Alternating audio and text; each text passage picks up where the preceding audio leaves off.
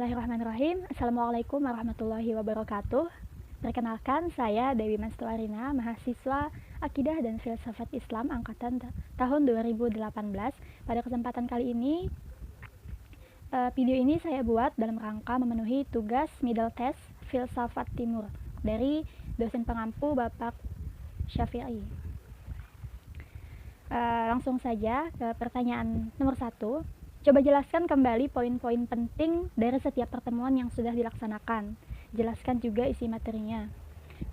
Jadi, saya akan menjawabnya pertanyaan nomor 1, poin-poin penting di setiap pertemuan. Pertemuan pertama, yaitu filsafat India, filsafat Hindu periode Weda, dan Wiracarita.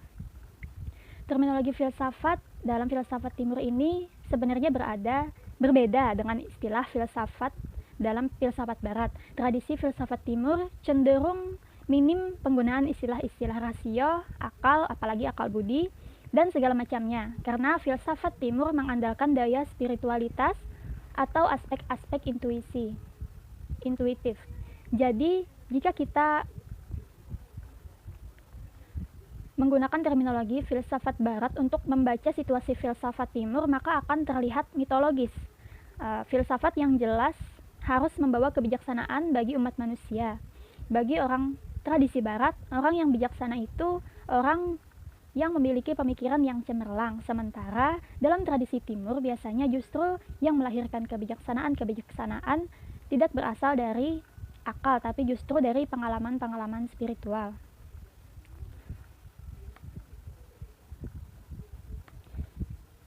Itu tadi pembahasan mengenai filsafat timurnya. Kemudian periode Weda. Periode Weda ini kisaran tahun 1500 sebelum Masehi sampai 600 sebelum Masehi. Kedatangan bangsa Arya dan penyebarannya di India serta penyebaran kebudayaan dan peradaban Arya, asas-asas pemikiran filsafat sudah terdapat dalam kesusastraan kuno, seperti mantra-mantra, pujian-pujian atau nyanyian-nyanyian keagamaan. Kesusastraan Brahmana dan Upanishad. Namun, filsafat pada periode ini belum dapat disebutkan sebagai filsafat dalam artian teknis, meskipun sudah dimulai idealisme India yang sangat tinggi. Kemudian periode Wiracarita, kisaran tahun 600 sebelum Masehi sampai 200 sebelum Masehi. Perkembangan antara kesusastraan Upanishad yang tertua dan sistem-sistem filsafat darsana, kitab Brahmana dan kitab Mahabharata menjadi alat untuk menyebarkan cita-cita baru, yaitu mengenai sifat dan ciri-ciri kepahlawanan dan kedewataan dalam hubungan insani atau kemanusiaan. Sistem-sistem dari agama Buddha, Jainisme, agama Siwa, agama Wisnu termasuk juga dalam periode ini. Pada periode ini juga sudah dimulai timbulnya sutra-sutra. Kemudian pertemuan kedua, filsafat India, filsafat Hindu periode sutra-sutra dan skolastik. Pada periode sutra-sutra itu kisaran tahun 200 sebelum Masehi dan seterusnya. Pada periode ini, bahan-bahan pemikiran menjadi sangat banyak sehingga dirasakan perlu adanya penyederhanaan dan perangkuman. Hal ini terjadi dalam bentuk sutra-sutra yang sebenarnya sudah dimulai pada periode sebelumnya, itu pada periode Wiracarita tadi. Pada periode ini, sutra-sutra yang makin lama, makin banyak itu memerlukan penjelasan yang lebih lanjut. Sejak itu kemudian berkembang sikap kritis dalam filsafat India. Zaman timbulnya sutra-sutra ini sukar sekali dipisahkan dari zaman para komentatornya. Sistem-sistem filsafat yang berkembang pada periode ini sulit dicari urutannya. Menurut R. Garbe, yang tertua adalah Sankhya, kemudian timbul Yoga, Mimamsa, Vedanta, Vaicesika, dan kemudian Nyaya. Periode selanjutnya itu periode skolastik, kisaran tahun 200 Masehi dan seterusnya. Yang tadi sebelum Masehi, sekarang yang sudah Masehi. Periode ini sulit dipisahkan dengan periode sutra-sutra. Dalam periode ini timbul orang-orang besar seperti Sankara, Ramanuja, Madhva, dan lain-lain. Pada periode ini juga timbul pertentangan-pertentangan hebat. Teori-teori yang kecil-kecil dan berbelit-belit diperdebatkan. Sankara dan Ramanuja menyusun kembali ajaran-ajaran kuno dan berhasil memberi angin baru dalam perkembangan pemikiran India, sehingga ada hidup baru dalam pemikiran tersebut.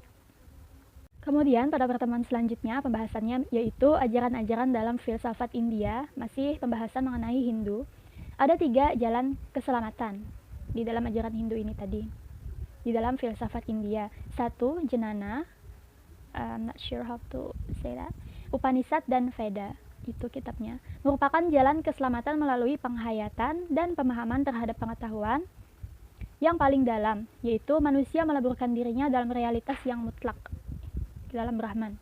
Keselamatan melalui Jnana berarti membebaskan diri dari ketertarikan duniawi dengan menguasai kitab suci secara baik dengan bimbingan guru spiritual.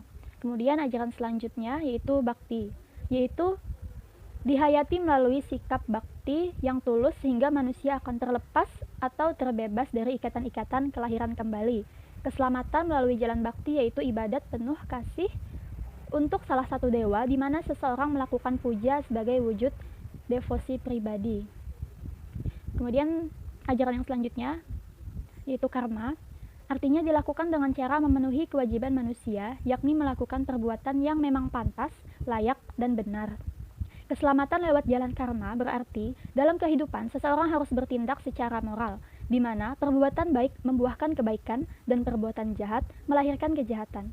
Selain ajaran 3 jalan keselamatan itu, ada pula ajaran Pancasrada, yang merupakan ajaran dasar yang diyakini oleh umat Hindu. Sebelumnya saya ingin menjelaskan sedikit mengenai 3 ajaran keselamatan tadi, Jnana, Bhakti, dan Karma.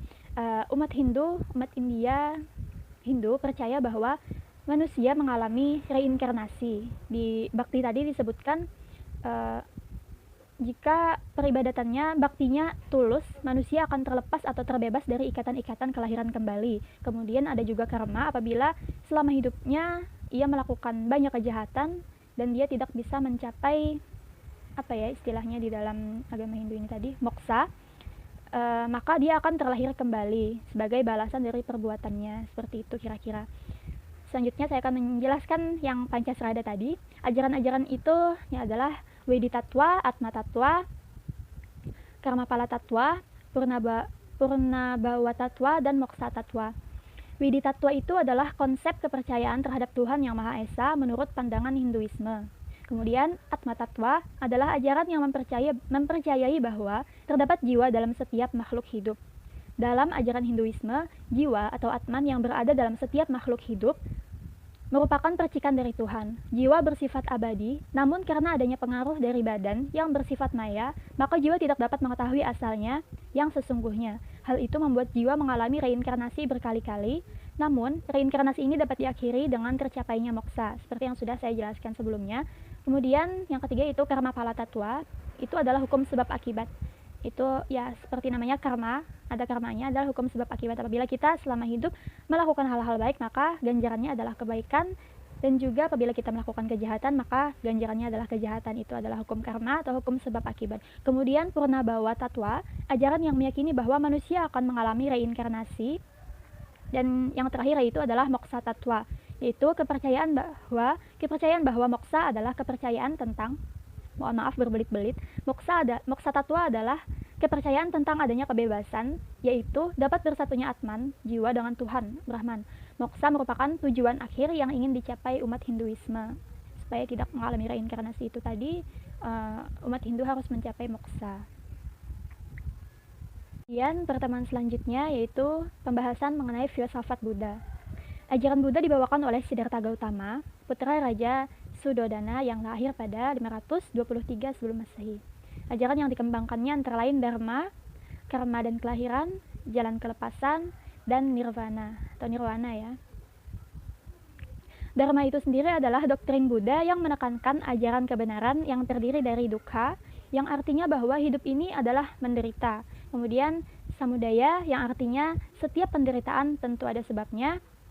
Nirodha artinya penderitaan atau kesengsaraan dapat dihilangkan dengan jalan menghapuskan nafsu keinginan secara sempurna. Marga artinya jalan kelepasan untuk menuju pemadaman penderitaan. Kemudian karma dan kelahiran, ajaran selanjutnya, maksudnya adalah karma menyebabkan kelahiran. Kemudian jalan kelepasan, yaitu jalan untuk menuju kebebasan yang terdiri dari Srada, ajaran yang menekankan tentang keyakinan kepada Buddha, Dharma, dan jemaat. Sila, yang menekankan pada perbuatan baik. Samadhi, yang mengutamakan pencerahan pikiran. Kemudian ajaran yang selanjutnya yaitu nirvana, tujuan akhir kehidupan, yaitu suatu suasana yang tidak lagi dipengaruhi oleh penderitaan, tidak ada kematian, tidak ada gangguan, tidak ada keinginan, dan suasananya selalu aman serta damai. Ajaran Buddha berpegang teguh kepada Tripitaka sebagai rujukan utama karena di dalamnya tercatat sabda dan ajaran Sang Hyang Buddha Gautama. Dharma dalam kitab suci Tripitaka terbagi menjadi 3, yaitu Sutta Pitaka, Vinaya Pitaka, dan yang ketiga adalah Abhidhamma Pitaka.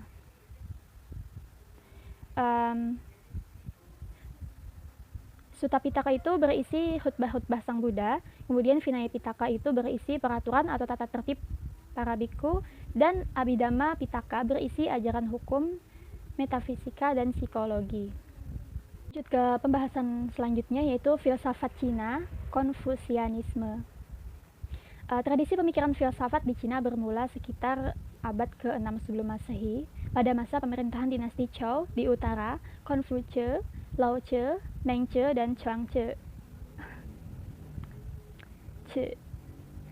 dianggap sebagai peletak dasar dan penggagas filsafat Cina. Pemikiran mereka sangat berpengaruh dan membentuk ciri-ciri khusus yang membedakannya dari filsafat India dan Yunani. Pada masa hidup mereka, negeri Cina dilanda kekacauan yang nyaris tidak pernah berhenti. Pemerintahan dinasti Zhou mengalami perpecahan dan perang berkecamuk di antara raja-raja kecil yang menguasai wilayah yang berbeda-beda. Sebagai akibatnya, rakyat sengsara dihantui kelaparan dan ratusan ribu meninggal dunia disebabkan peperangan dan pemberontakan yang bertubi-tubi melanda negeri.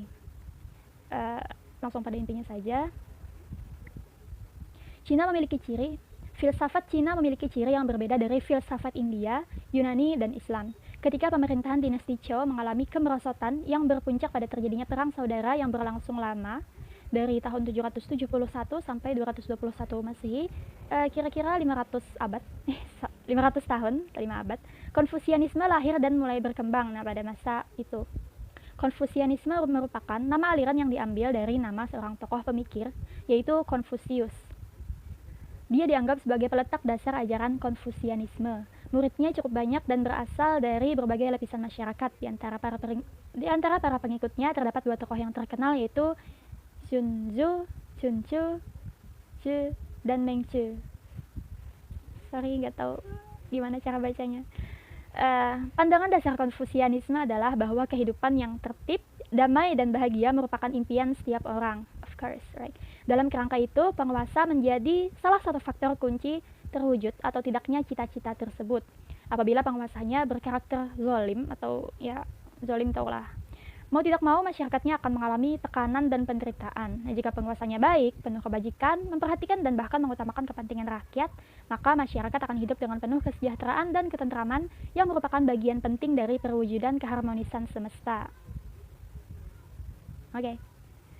Kemudian ajaran Konfusianisme mengandung unsur-unsur kebijaksanaan seperti kemanusiaan, ren, tata cara atau aturan bertindak, li, kebajikan atau keadilan, yi, kesetiaan, zong, zhong, rasa malu, qi, baik budi, liang, pemaaf, su, kejujuran, cheng, berpengetahuan, shi, dan beberapa ajaran kebijaksanaan lainnya. Nah, dengan dalam berpedoman kepada nilai-nilai terpuji seperti yang telah saya sebutkan tadi, maka kekacauan dan kerusakan dalam kehidupan masyarakat dapat teratasi dan kehidupan dapat berjalan dengan tentram dan teratur.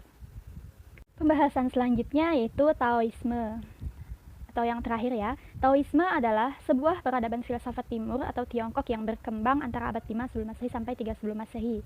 Sesudahnya, selama abad 3 sebelum Masehi, doktrin ini merupakan inspirasi dari apa yang disebut agama Taois. Taoisme berkaitan dengan keadaan kerajaan Zhou pada abad ke-6 sebelum Masehi yang mengalami masa kehancuran akibat penyelewengan dalam pemerintahan. Kehidupan manusia semakin menderita, membuat orang-orang terpelajar kecewa. Nah, kemudian orang-orang terpelajarnya itu tadi sebagian hidup menyendiri dan hidup sebagai biarawan, lalu mendirikan suatu aliran filsafat yang dikenal dengan nama Taoisme atau Tao Te Ching. Taoisme dianggap sebagai suatu aliran romantis oleh sebagian orang. Ajarannya tidak memupuk sikap ambisi, perjuangan, dan persaingan, karena ia menganggap keberuntungan, sukses, dan keharuman nama seperti asap rokok yang hilang dalam sekejap.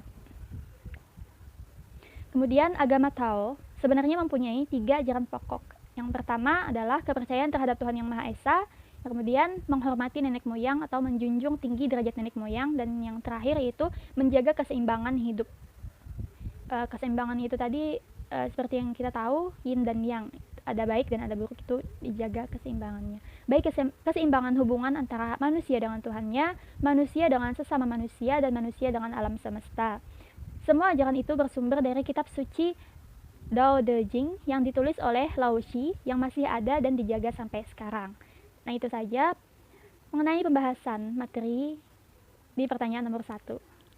Ke pertanyaan nomor 2, di antara semua materi mana yang menurut kalian yang paling relevan untuk menjawab berbagai persoalan dan tantangan zaman ini, terutama persoalan filsafat di era sekarang?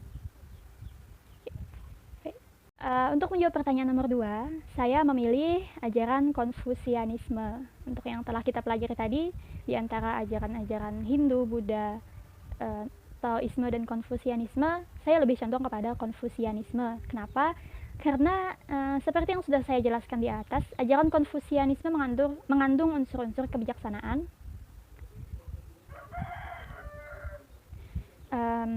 dan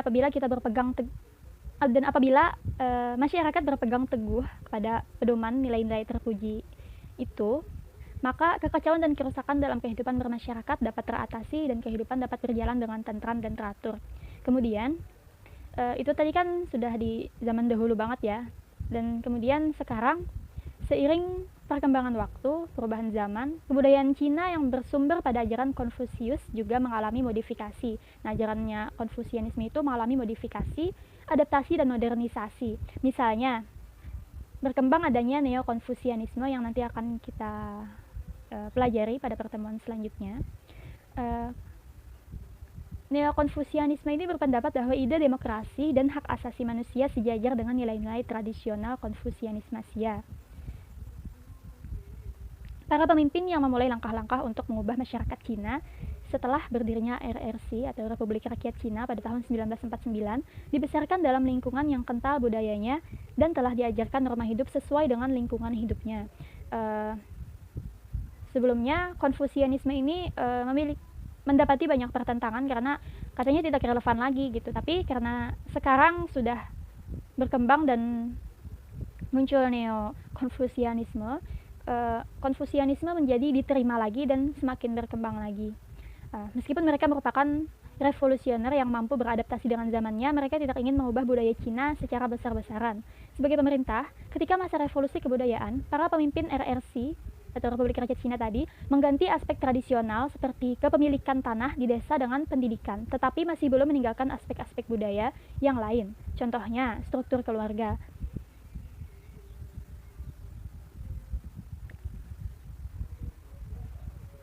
Mengenai Konfusianisme, mengalami beberapa kali konferensi. Nah, yang pertama ini tadi, konferensi pertama Konfusianisme ini diselenggarakan di Balai Agung Rakyat Beijing, Cina pada tahun 2014. Xi Jinping, Presiden Cina, kalau salah namanya maaf ya, menggarisbawahi penyelesaian problem di Cina dengan menggunakan kearifan lokal sesuai dengan tradisi dan budaya Cina yang terkandung dalam ajaran Konfusius. Pengakuan pemerintah tentang pentingnya kembali ke Konfusianisme telah mendorong banyaknya bermunculan sekolah-sekolah khusus yang mempelajari kitab-kitab ajaran Konfusius. Jadi Konfusius itu sendiri sudah didukung oleh pemerintah.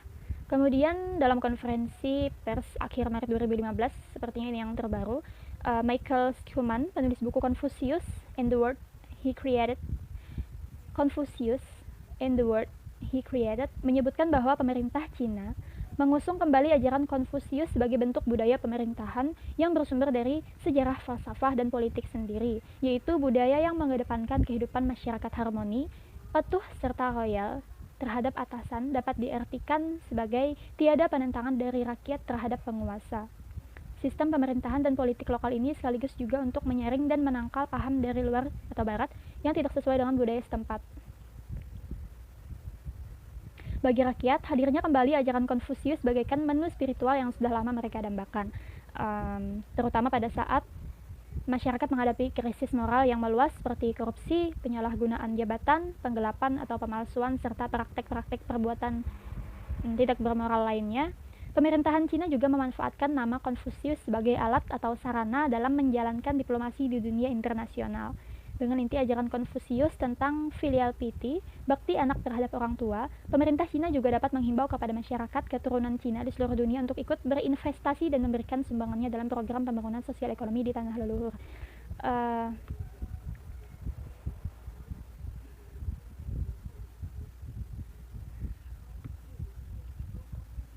Itu saja yang dapat saya jawab untuk pertanyaan di nomor 2.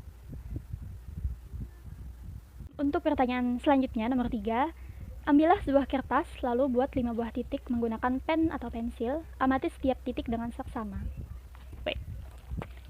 Kertas dan pulpen. Buat 5 titik kan ya. Ngasal aja nggak sih? Maksudnya bikin titiknya atau ya udah, suka-suka ya.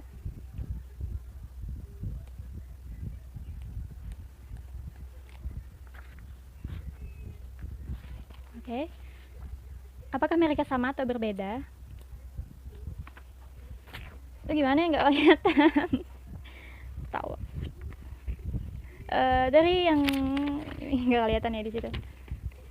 Titiknya titik yang udah gitu kayak nulis biasa. Untuk bentuk titiknya ya sama-sama aja sih. Cuman bedanya adalah konsistensi tintanya. Ada yang pertama itu tintanya kurang nempel gitu, cuman ada lubangnya doang jadinya di kertas. Ngomong apa sih? Ya gitulah. Terus yang terakhir nanti aku malas ngedit sih. Pokoknya di setiap sang kelihatan nggak? Enggak. Aduh alay banget. Wait, aku beresin. Oke, jadi ini titik pertama, kedua, 3, 4, 5. Nah, jadi titik kelima ini yang paling kelihatan. Untuk ukurannya nggak beda sih, nggak ada yang beda karena dilihatnya pakai mata ini. Kalau pakai alat ukur sentimeter atau milimeter, ini juga nggak bisa dihitung, paling cuma 1 milimeter, bahkan nggak sampai, kurang tahu juga. Tapi kalau menggunakan alat yang lebih mikro lagi mungkin bisa diukur, tapi nggak akan jauh berbeda hasilnya karena titiknya sama aja. Bisakah kalian mengukurnya? Sudah tadi. Apa kaitannya titik-titik itu dengan apa yang telah kita pelajari? Nah, jadi untuk mengaitkan titik-titik itu dengan apa yang telah kita pelajari, dari filsafat Hindu, Buddha, filsafat India ya, terus filsafat Cina, Konfusianisme dan Taoisme, kaitannya mikir dulu. Udah mikir sebentar tadi. Mungkin akan saya kaitkan sedikit mengenai, karena titik-titik ini tadi kan tidak berbeda ya, titiknya sama aja, terus yang beda cuman konsistensi tintanya. Yang pertama bahkan nggak kelihatan sama sekali nih tintanya, cuman ada bentukan titiknya doang. Sampai yang kedua mulai ada, ketiga tambah ada setengah lah, keempat lumayan, dan kelima itu full titiknya. Pertama mungkin kemungkinan ya ini lebih ke arah reinkarnasi, karena yang pertama ini kan sampai 5 kali tadi bikinnya. Yang pertama bahkan nggak ada titiknya sama sekali, terus dia terlahir kembali. Yang kedua lumayan terbentuk, dan sampai yang terakhir dia sudah full, sudah sampai moksa dia. Ngarang. Astagfirullahaladzim, maaf bapak. Dan yang bisa saya jawab sedikit, entah ini berkaitan atau tidak, mengenai titik itu adalah sebuah awal, pokoknya yang paling pertama dari setiap semuanya, dari titik lanjut ke garis lanjut ke mana-mana sampai membentuk apapun itu. Pokoknya berawal semuanya dari titik. Jadi titik itu akan membentuk apa nanti, itu pokoknya awalnya dari titik-titik. Apakah akan dibentuk garis lurus, garis berbelok, atau nanti bahkan dibentuk sebuah lukisan, pokoknya semuanya berawal dari titik. Jadi kita harus sebijaksana mungkin menggunakan titik itu, membuat titik itu seperti apa nanti ujungnya, seperti apa nanti akhirnya. Maka sudah seharusnya kita memikirkan bagaimana membuat titik itu. Pokoknya bikin titik-titiknya itu sebijaksana mungkin supaya nggak bisa gimana ya, nggak salah lagi gitu. Nggak, pokoknya kalau orang yang aneh itu kan apa ya, kalau bikin titiknya itu biar nggak amburadul, biar nanti rapi, biar bagus gitu. Tapi misalkan dalam percobaan pertama kita nggak bisa, misalkan kita masih punya percobaan kedua dan seterusnya. Tapi kalau bisa di percobaan pertama, kenapa harus mencoba berkali-kali, kan bikin capek aja gitulah. Pokoknya sebijaksana mungkin untuk menggunakan titik-titik itu supaya hasil akhirnya bagus. Pokoknya sebijaksana mungkin, karena titik adalah awal dari segala sesuatu. Ya, yang gue juga sih, tapi dalam sebuah konteks lah segala sesuatunya. Oke. That's what I can answer for the third question. Untuk pertanyaan nomor 4, apakah kalian setuju bahwa penderitaan merupakan salah satu fase untuk mencapai kebahagiaan sejati atau abadi? Pertanyaan yes or no kan? I will answer maybe, boleh nggak? Ya. Why? Kenapa? Mengapa? Karena ya kalau kita tidak pernah merasakan menderita, bagaimana kita dapat mengetahui rasanya bahagia? Bagaimana kita dapat mengetahui rasanya nyaman, rasanya indah, rasanya bersyukur apabila kita tidak pernah mengalami kesengsaraan, kesedihan, dan rasa sakit. Sebenarnya kalau orang sakit, kalau udah sehat baru dia bersyukur. Dan kalau dia sehat-sehat terus dari lahir sampai mati, misalkan dari lahir dia sehat terus, ntar jadi Fir'aun, ngaku Tuhan dia. Pokoknya untuk mencapai kebahagiaan sejati atau abadi, penderitaan merupakan salah satu fasenya. Ya, saya setuju. Ceritakan pengalaman penderitaan kalian jika memang kalian setuju dengan pernyataan. Ceritakan pengalaman penderitaan. Oke, yang biasa aja ya, penderitaan itu mungkin lebih ke saat belajar aja sih. Kalau cerita yang lain itu secret. Ngomong sih. Oke, jadi penderitaan ya, aku menganggapnya itu penderitaan sih, kayak berjuang mati-matian buat belajar, buat ujian, apalagi ujian nasional, ujian SMA, ujian di pondok. Itu benar-benar menderita, tidur cuman beberapa jam dalam sehari, bahkan bisa tidur di kelas, pokoknya menderita banget, makan gak karuan, pokoknya harus belajar gitu. Dan itu bisa dibilang penderitaan gak sih? Mungkin untuk sebagian orang bisa ya, kecuali orang yang emang gila belajar itu menyenangkan, itu nggak menderita ya. Enggak. Tapi buat saya sendiri itu adalah sebuah bentuk penderitaan, karena harus belajar keras, waktu tidur berkurang, waktu makan terganggu, dan pertemanan pun kayak udah nggak peduli gitu sama teman-teman karena terlalu fokus sama mempersiapkan ujian itu tadi. Tapi alhamdulillahnya semua perjuangan itu terbayar, karena alhamdulillah saya mendapatkan juara 3. Lumayan lah, nggak bisa juara 1 nggak apa-apa, juara 3 juga boleh. Itu. Tapi kalau dibilang kebahagiaan sejati, kebahagiaan abadi, ya nggak abadi juga sih ya. Itu salah satu contohnya aja, kan menceritakan pengalaman penderitaan. Oke, lanjut ke pertanyaan selanjutnya.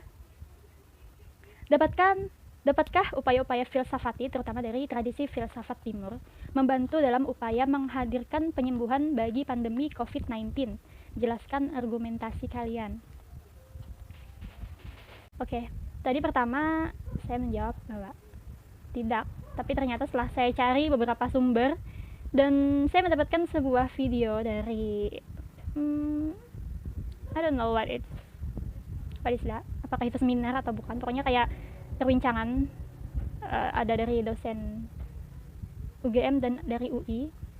Yang saya ambil adalah dari kata-kata dari dosen Saras Dewi. Beliau membahas mengenai filsafat India dan pandangan filsafat timur mengenai pandemi dalam perspektif filsafat India. Banyak orang, bahkan saya sendiri awalnya tadi berpikir bahwa filsafat timur itu kayaknya nggak bisa deh menjawab soal pandemi, soalnya kan dia berasal dari doktrin kitab-kitab gitu. Ternyata saya salah. Ternyata di dalam kitab-kitab itu sendiri, dalam naskah-naskah kuno di India, di dalam Weda, tepatnya di Atharvaveda tadi disebutkan, dan tafsirannya mana tadi catatannya, Shruti, itu tafsiran mengenai Atharvaveda tadi. Di sana, di dalam kitab itu banyak sekali membahas mengenai pandemi. Bukan hanya pandemi COVID-19 ya, tentu saja pandemi kan banyak dari zaman dulu. Dan ternyata relevan juga ya dengan pandemi seperti saat ini yang kita hadapi. Di dalam kitab itu banyak sekali membahas mengenai pandemi dan penyakit juga soal kesehatan, dan juga soal kesejahteraan tubuh. Semuanya diambil dari naskah-naskah India. Nah, naskah-naskah itu berbicara mengenai penyakit, bagaimana ritual tolak bala, penyembuhan tradisional, dan masih banyak lagi. Dan yang menariknya tadi dalam materi Ibu Sarasdewi tadi, ternyata di sana ada mantra mengenai mengusir penyakit, dan karena penyakit itu digambarkan sebagai wujud ketidakseimbangan itu tadi. Pada bagian akhir dari WD itu disebutkan ada himne untuk bumi. Bunyinya kan kurang lebih kayak, semua kesukaran dan kesengsaraan hidupku aku pasrahkan, termasuk mengenai penyakit wabah merupakan cara bumi menunjukkan kekuatannya. Nah, tentunya dalam mantra itu juga disebutkan untuk melindungi diri dan memohon ampunan. Itu dari dalam perspektif filsafat India yang dapat saya tangkap. Kemudian dari filsafat Cina, kalau dipikir-pikir dalam filsafat India aja ada, dan sedangkan filsafat Cina tentu pastinya ada, karena as we know that Cina sangat terkenal dengan pengobatan tradisionalnya, pengobatan herbalnya. Jadi itu sangat bisa menjawab tantangan pandemi COVID-19 dalam hal penyembuhannya. Itu saja yang dapat saya jawab. Terima kasih. Selesai. Assalamualaikum warahmatullahi wabarakatuh.